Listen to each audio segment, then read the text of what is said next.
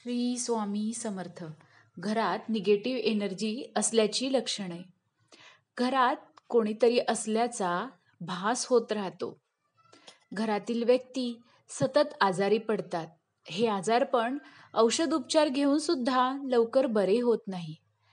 घरातील साहित्य सतत तुटफूट होते, म्हणजेच TV, fridge, washing machine, mixer अशी इलेक्ट्रॉनिकची जी साधनं असतात ती वारंवार खराब होत राहतात.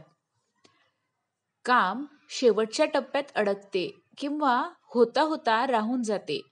एखादी चालून आलेली संधी आश्चर्यकारकरित्या हातातून जाते. सतत वाईट स्वप्न पडतात. विनाकारण एखाद्या गोष्टीची सतत काळजी किंवा चिंता वाटत राहते आणि डिप्रेशन सुद्धा येते. घरातील प्रत्येक व्यक्तीला सतत आळस व थकवा येतो. कोणत्याही कामात मन लागत नाही. शरीरात ऊर्जा म्हणजेच एनर्जी नसल्यासारखं होतं आणि अगदी गळून गेल्यासारखं वाटतं. मनात सतत वाईट विचार येतात. अनेकदा जीवन संपवावे असं सुद्धा वाटतं. घरात सतत तोटे, नुकसान होतं. कोणत्याच कामामध्ये यश मिळत नाही. ही झाली घरामध्ये निगेटिव्ह एनर्जी असल्याची लक्षणं. आता निगेटिव्ह एनर्जी घालवायची कशी, तर त्यासाठी बघूया काही उपाय.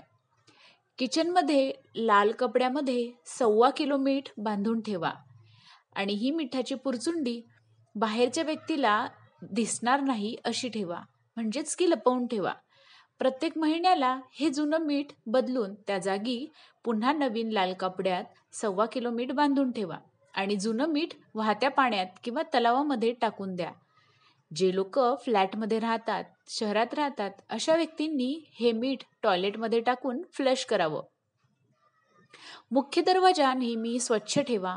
फरशी पुसण्याच्या पाण्यात चमचाभर खडे मीठ टाकून टाईल्स पुसा. खडे मीठ म्हणजे मोठं मीठ. मात्र गुरुवारी हा उपाय करू नका.